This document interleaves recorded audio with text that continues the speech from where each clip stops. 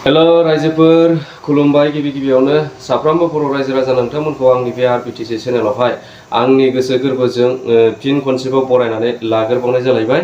थ' लोगोफोर आसा खालामो नोंथांमोना इसोरनि अननायाव गासैबो मोजाङैनो दं होननानै आरो लोगोसे नोंथांमोना जुदि भिडिअखौ नायदोंब्ला अननानै जोबजासे स्किप खालामालासिनो नायलांगोन होननानै आरो लोगोसे नोंथांमोना जुदि चेनेलाव गोदानब्ला अननानै साबस्क्राइब शेयार लाइक आरो कमेन्ट खालामगोन होननानै। तो लोगोफोर आं दिनै नोंथांमोनजों मोनसे बाथ्राखौसो रायज्लायनो बा शेयार खालामनो बे भिडिअखौ खालामनाय जादों। तो बेनो जाहैबाय जोंहा दाख्लि बावैसो दुलाराय बर' फरायसा आफादनि आफादगिरि दिपेन बर' सार आरो जोंहा आथिखालनि बिटिआरनि बा बिटिसिनि सिइएम मानगेदेर प्रमद बर' सार बिथांमोनहा बिटिआर एकर्डनि सोमोन्दै माखासे सावरायनो बा रायज्लायनो होननानै दिल्ली फारसे थांदों होननानै जोङो ससियेल मिडिया बा मा होनो निउसफोराव नुनो मोनदों। दा बिथांमोनहा बिटिआर दफानि माखासे मावफुंजायैफोरखौ मावफुंनायनि सायावहाय रायज्लायनो अमित शाह बिथां बा हम मिनिस्टार बिथांखौ लोगो हमनो थांदों होननानै जों मिथिनो मोनदों। थ' बिनि सायावनो जोंहा बिक्रम दैमारि बिथाङा दिनैनि समावहाय मा बुंदों आरो बिथाङा माखासे फोरमानजों लोगोसे बा बिथाङा गावनि मोनदांथिनि गेजेरजों मा बुंदों बेखौ आङो नोंथांमोननो ससे भिडिअ क्लिप होनानै दिन्थिग्रोनो नागिरदों। बिनि उनावहाय आङो नोंथांमोनजों सावरायनोसै। थ' बिदिब्ला नोंथांमोना नैबे ससे भिडिअ क्लिपखौ नायनानै लाग्रोदो। मैयाना दाखालि दिल्लीयाव प्रमद बर' बिथांजों लोगोसे एबसुनि दैदेनगिरि बिथांमोना अमित शाहखौ लोगो हमनो थांदों। बोसोरथाम बारलांबाय दिनै खनसेबो बिटिआर एकर्डनि दफाखौ मावफुंनो थाखाय दिल्लीयाव थांनाय जों खनसेबो नुवाखै।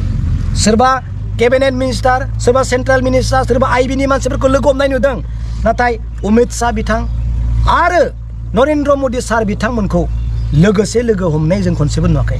नाथाय नै 15-20 दिनसोनि उनावनो मानगोनां अमित शाह साराबो बे माबानिफ्राय इलेक्सन गेलेनायनिसो सम जाबाय।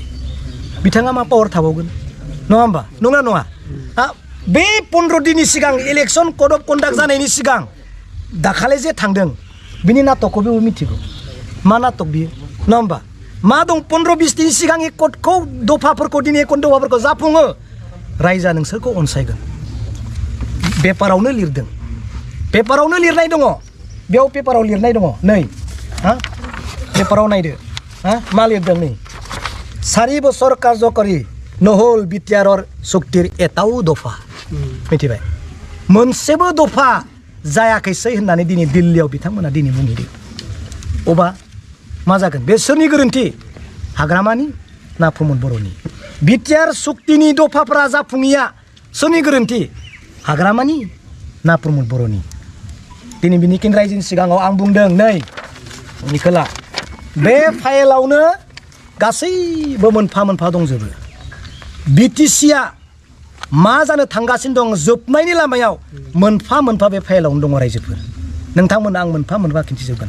खैथा फाइल नायनो नै गांसे नै नाय बे फाइलाव गासैबो बिटिसिआ जोबनायनि डकुमेन्टसा बेयाव दङ। बिसोर मा मा दाय मावना फैदों बे डकुमेन्टसाव रेडि मिथिबायना? बेनिखायनो आंहा बुंनांगौ दं, बुंबाय थागोन। फैबाय थानाय समाव नोंथांमोनखौ आरो लोगो मोनबावगोन। गोजोन्थों। थ' रायजोफोर नोंथांमोना बे ससे भिडिअ क्लिपखौ नुनायजों लोगोसे खोनाबायबो आरो आङो नोंथांमोनहा हमदांनोबो हाबाय बा बुजिनोबो हाबाय होननानै आं हमनानै लाबाय। थ' खोथाया बेसो रायजोफोर जे जोंहा दाख्लि बावैसो जे मानव गेदेर जोंनि दुलाराय बर' फरायसा आफादनि आफादगिरि दिपेन बर' सार आरो जोंहा आथिखालनि बिटिआर बा बिटिसिनि सिइएम मानव गेदेर प्रमद बर' सार बिथांमोनहा लोगोआव माखासे सिगनेटरिफोरखौ लाफानानै बिटिआर एकर्डनि सोमोन्दै बा बिटिआर एकर्डनि दफाफोरखौ मावफुंनायनि बा इमप्लिमेन्ट खालामनायनि माखासे थांखिजों अमित शाह बिथांखौ लोगो हमनो होननानै दिल्लीयाव थांदों होननानै जोङो मिडिया बा निउसनि गेजेरजों खोनादों बा नुदों। दा बेखौनो लानानै आङो नोंथांमोनजों एसे रायज्लायनो लुबैदों जे खोथाया बे जे दिनैसिम बिटिआर एकर्ड जानाया 4 बोसोराव हाबबाय। दा 4 बोसोराव हाबनायनि गेजेरावबो बिथांमोना बेखिनि समाव बा एसे सिगाङाव मानो बिटिआर एकर्डनि माखासे दफाफोरखौ मावफुंनायनि सायाव दिनै अमित शाहखौ थांनानै लोगो हमहैनो हायाखै। दिनैहाय बे सुंथाब समावसो बिथांमोना मानो रायज्लायनो थांखो खोथाया बे रायजोफोर। थ' दिनैनि समाव बुंनो थाङोबा जोंहा बे लकसभा इलेक्शना खाथिनिफ्राय खाथि फैथारबाय। बुंनो थाङोब्ला 1 दानानो गैला होननानै जों बुंनो हायो।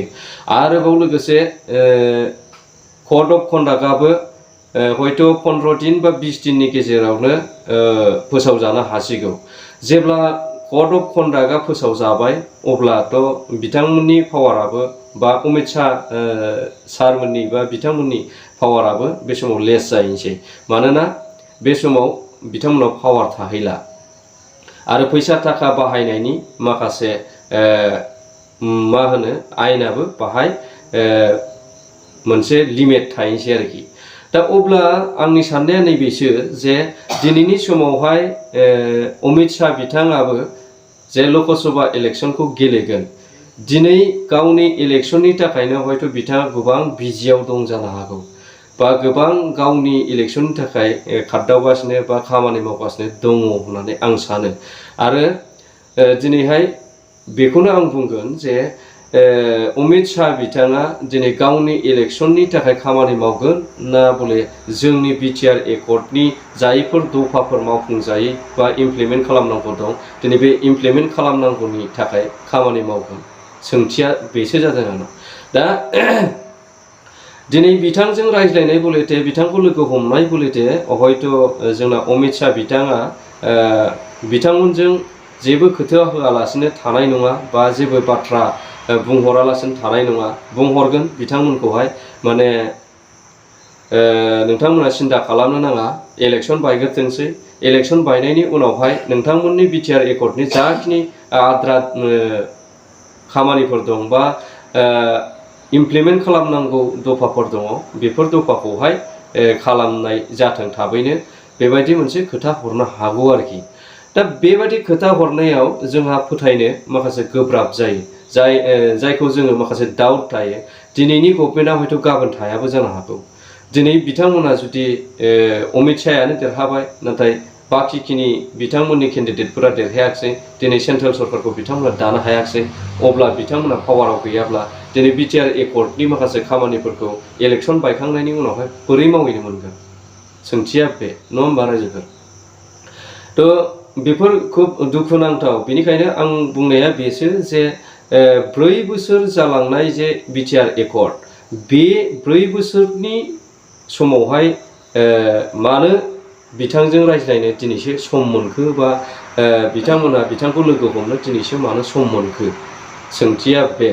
थ' आङो नुनायाव बा आं बुजिनायाव जाय बाथ्राखौ बिक्रम दैमारि बिथाङा बुंदों बेयो बिथाङा थार बाथ्राखौनो बुंदों होननानै आं सानो।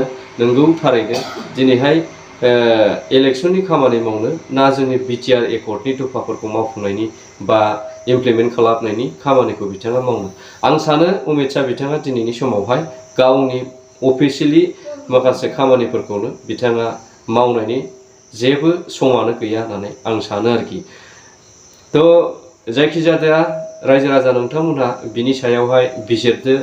दिनैहाय थारैनो मा फिथाइ थायगोन थाया, बिथांमोननि दिल्लीयाव थांनानै फैनाया मा फिथाइ थायहोनो हागोन बियो समासो खिन्थासिगोन। आङो भिडिअखौ बेखिनि नोंथांमोनजों रायज्लायनानै लाबोदोंमोन। दा भिडिअखौ आं बेखिनियाव दोनथ'नो लुबैबाय। स' थेंक इउ फर वाचिं। जय बर' हारिनि।